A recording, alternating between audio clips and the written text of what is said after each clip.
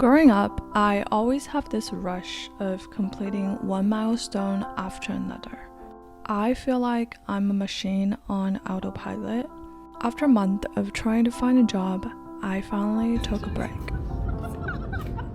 Now it's time to face reality again and get back into the job market. I couldn't seem to find the motivation.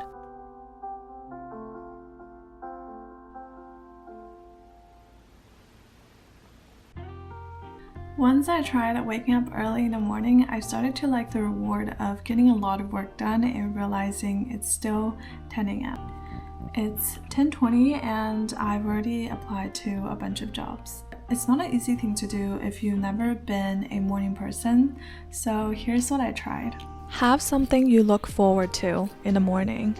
It can be a nice and filling breakfast, a new bag of coffee beans, fresh morning air,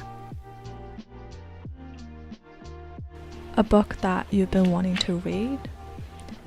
The more you enjoy the morning, the more you will get things done. I also find it to be the time when my brain is most active and refreshing.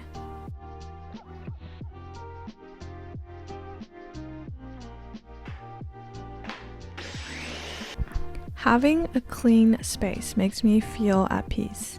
When I live alone, I don't bother to organize my stuff as often.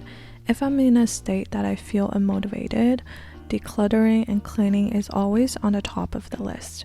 Not only I feel good about the place I live in, I also have this feeling that everything is under control. I stopped using my phone to track time while working. Use a timer instead.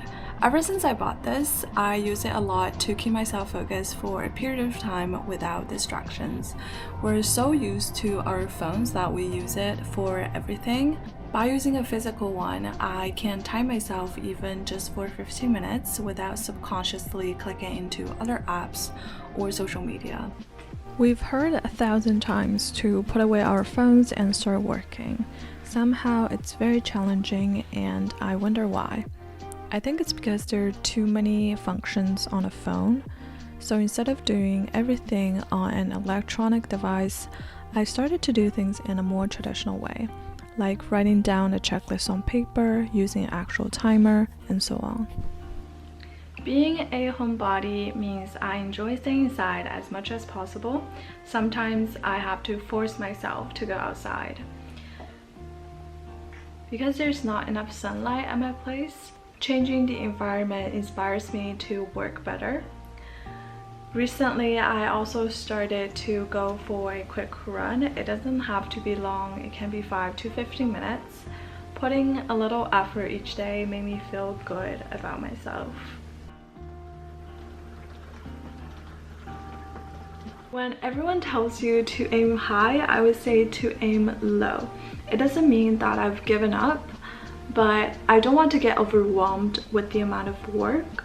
Setting goals too high can also be discouraging, especially if you've already felt unmotivated. Sometimes it's not about the quantity of the things you've done, but quality. At the beginning of this year, I set my reading goals to 20 books. As someone who reads but not daily, I've already accomplished this goal because I did not force things to happen. I've also started applying for jobs consistently every day, but I'm not telling myself to reach hundreds of applications just yet. Setting realistic goals and making progress can happen at the same time.